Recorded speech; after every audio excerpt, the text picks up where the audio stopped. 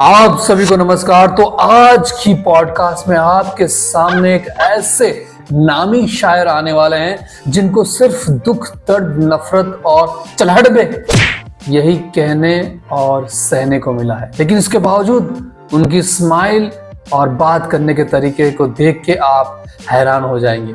तो please welcome उस्ताद चमकीला चांद। अजी बहुत बहुत शुक्रिया आपका, आपके इस पॉट खाने में बुलाने के लिए। तो आज हम शायर हैं जनाब, दुनिया को बदलने की ताकत रखते हैं। हम शायर हैं जनाब, दुनिया को बदलने की ताकत रखते हैं और हिलाने मिस्टेक कुछ बोल रहे थे आप। What was that? क्या मतलब ये क्या था? आपने क्या किया? अच्छा वो अच्छी जनाब, वो मैं शायरी बोलने की कोशिश कर रहा हूँ, लेकिन ये हिलाने वर्ड पे आके मैं बार बार रुक जा रहा हूँ। 22 दिन हो गए, यहाँ से आगे नहीं बढ़ पा रहा हूँ जनाब। 22 दिन? तो आप उस वर्ड को हटा क्यों नहीं देते? अजी नहीं जनाब, एक जो सच्चा शायर होता है वो कभी भी अपने शब्दों से मुकम्मल पीछे नहीं हटता है, तो हम वापस नहीं। लेकिन ऐसे तो आप शायरी नहीं लिख पाएंगे फिर। तो मैं थोड़े लिखता हूँ। तो कौन लिखता है फिर? चाचा का लड़का। चाचा का लड़का? जी हाँ, वो मैं बोलता हूँ और वो लिखता है। अच्छा, मतलब एक तरीके से वो आपके राइटर हैं, आप जो कहेंगे वो लिख देते हैं, लेकिन फिर भी आप ये बोलने में अटक जाते हैं, तो फिर क्या करेंगे? नहीं जनाब, वहां पे मैं नहीं अटकता हूँ। क्यों? क्योंकि वहां पे वो बेल्ट लेके खड़े रहते हैं। कौन बेल्ट लेके खड़ा रहता है? चाचा मेरे। मतलब आप इतने बड़े नामी शायर, आपकी ये इज्जत है कि आपको घर पे बेल्ट से मारा जाता है? नहीं अरे नहीं जनाब, आपको गलत फहमी हो गई। चाचा मुझे नहीं मारते हैं बेल्ट से, वो उनका जो लड़का है, चाचा का लड़का, उसको मारते हैं। हाँ वही तो मैं बोलूं, मतलब मेरे लिए तो चाबुक रखा है। जी हाँ, वो बड़ा वाला होता है ना घोड़े का, हाँ उसमें तेल लगाते हैं, उससे मुझे मार पड़ती है। ये तो मैं बहुत ही अजीब स्टोरी सुन रहा हूँ आपकी। मतलब एक तरीके से आपको प्रेशराइज किया जा रहा है शायर बनने के लिए। जनाब इंजीनियरिंग से तो अच्छा है। बात सही है आपकी, बिल्कुल सही है। तो मतलब अभी तक तो आपने बहुत ज्यादा शायरियां लिख दी होंगी। अभी तक मुकम्मल 1350। क्या आप बात करो, 1350 शायरियां लिख दी अभी आप? नहीं, 1350 चाबुक पड़े हैं अभी तक मुझे। नहीं मारता। अच्छा देखिए, बहुत दुख हुआ ये सुन के, लेकिन ये आपकी फैमिली का पर्सनल मैटर है, तो आप इसको दूर ही रखिए। आप मतलब अपने दर्शकों के लिए कोई एक अच्छी सी शायरी बोलेंगे? बिल्कुल जनाब, अभी काम की बात करी आपने तो कि अर्ज किया है, इरशाद अर्ज किया है कि चांद से पर्दा कीजिए। क्या बात है, चांद से पर्दा कीजिए। शुक्रिया।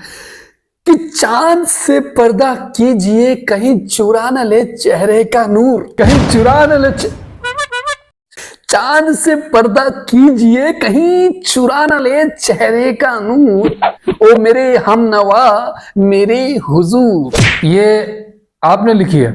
नहीं लिखा मेरे चाचा के लड़के ने, मैंने बोला है। हाँ मतलब जो भी चाचा का लड़का, लेकिन आप ये सरासर झूठ बोल रहे हैं। देखो ये बॉलीवुड का गाना है बकायदा, वो सैफ अली खान और शिल्पा शेट्टी हैं इसमें। जनाब वही तो गाने के बोल किसने दिए? किसने? क्या बात कर रहे हो आप? क्या सबूत है आपके पास? मतलब आपका कोई नाम ही नहीं है वहां पे। अरे नाम को गोली मारी है आप, इसके पीछे एक पूरी कहानी, एक मसला हुआ था। क्या मसला हो गया था? एक बार की बात है जनाब कि मैं मुसलसल बहुत ही छोटा हुआ करता था, तब मैंने एक शायरी लिखी थी, तो वो मैं शायरी पूरी नहीं कर पाया था, तो मेरे चाचा ने मुझे बहुत मारा, मतलब कुत्ते की तरह मारा। वो लिटा के उल्टा करके, मतलब नंगा करके मारा। इतना मारा जनाब कि मैंने अपनी चड्डी में हक दिया। उसके बाद मुझे बहुत ज्यादा गुस्सा आया। मैं क्या करूं, मैं सोचने लगा, तो फिर मैं वहां से भागते मैं पहुंचा सैफ अली खान के बंगलों के वहां पे। जैसे ही मैं उनके बंगलों पे पहुंचा, मुझे सैफ अली खान साहब नहीं मिले, क्योंकि वो छठ पूजा में बिजी थे। तो फिर मैं जैसे ही जाने लगा तो उनकी बेटी सारा अली खान वहां पे खेल रही थी, तो मैंने उनको बुलाया कि मैंने बोला कि ये कुछ लाइंस हैं, ये अपने अब्बू को दे देना और मेरी जान खतरे में है। और बस मैं वहां से निकल लिया। गलती गलती जनाब ये हो गई कि मैंने अपना नाम नहीं बताया, तो वो मतलब ढूंढते रहे मुझे और क्रेडिट किसी और को मिल गया। बहुत बहुत ही खून खराबे वाली स्टोरी है आपकी। देखिए अभी अभी तो खैर आप ये सब सारी चीजें साइड में रख दीजिए। क्या बात कर रहे हैं साहब, ये मतलब ये कुर्सियां उर्सियां हटानी है? अरे साहब मतलब मैं 250 रुपए लेता हूँ बस, इससे ज्यादा नहीं। मैं काम की तलाश कर ही रहता, आपने दे दिया, अभी हटाता हूँ मैं।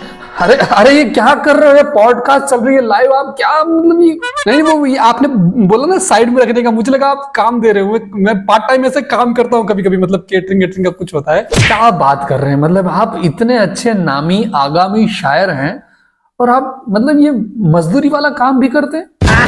नहीं नहीं नहीं जनाब, देखिए ये मतलब मैं कोई शौक से नहीं करता हूँ और इसको मजदूरी नहीं कहना चाहिए। ये मतलब जब मेरा आर्ट मुझे पैसा कमा के नहीं देता है तो मैं ऐसे कभी पार्ट टाइम केटरिंग वगैरह होती है, शादी आदि, वहां चला जाता हूँ। मैं वहां जाता हूँ तो ऑब्जर्व करता हूँ, तो और ऐसा नहीं, मुझे बहुत कुछ वहां से मिलता है, जैसे कि ये उनके विचार, उनका सोचना, उनकी बात करने का तरीका, एक टाइम का खाना, एक बीड़ी का बंडल और 3 विमल के पैकेट और 250 रुपए साथ में मिल जाते हैं। अच्छा तो चलो, क्या ऑब्जर्वेशन किया आपने लोगों के बीच में रह के? हाँ तो अभी मैं मतलब हमारा जो ठेकेदार था उसने मुझे एक बिहार की शादी में भेजा था, तो वहां मैं लोगों के बीच में रह के उनके शब्द लेके आया, कुछ जो शायरी में यूज होते हैं। जैसे जैसे कि अर्ज करत बानी, जैसे ऐ बुड़बक की नजरों से कैसे तू अपने आप को बचावेलू बुड़बक। हाँ हमार मेहरारू शाम को सब्जी में आलू बनावेलू। ये तो उस्ताद आपने शायरी के साथ बलात्कार कर दिया। हाँ जनाब, वही तो कि हम शायर हैं तो मुसलसल खाली शब्दों के साथ हम बलात्कार कर सकते हैं, फिर भी समाज हमको गालियां देता है, आप बहुत ताने मारता है और एक तरीके से सजा देता है, जबकि जो रियल बलात्कार कर रहे हैं बच्चियों के साथ में वो खैर रहने दीजिए। अभी काफी गहराई वाली बात करते हैं आप कभी कभी, खैर मुझे अच्छा लगा। तो मैं ये पूछना चाहता हूँ आखिरी सवाल कि अगर एक इंसान को शायर बनना है तो क्या क्या क्वालिटीज होनी चाहिए? वाह वाह जनाब, क्या क्या सवाल किया आपने। अब मतलब ये मतलब एक शायर बनने के लिए जो क्वालिटीज बोले तो गुण होने चाहिए, वो पहला कि देखिए एक शायर का प्रोनाउंसिएशन सही होना चाहिए, जिसको दूसरी भाषा में डिक्शन बोलते हैं, ठीक है? लहंगा लहजा। और दूसरा, एक शायर को कभी भी गाली नहीं देना चाहिए।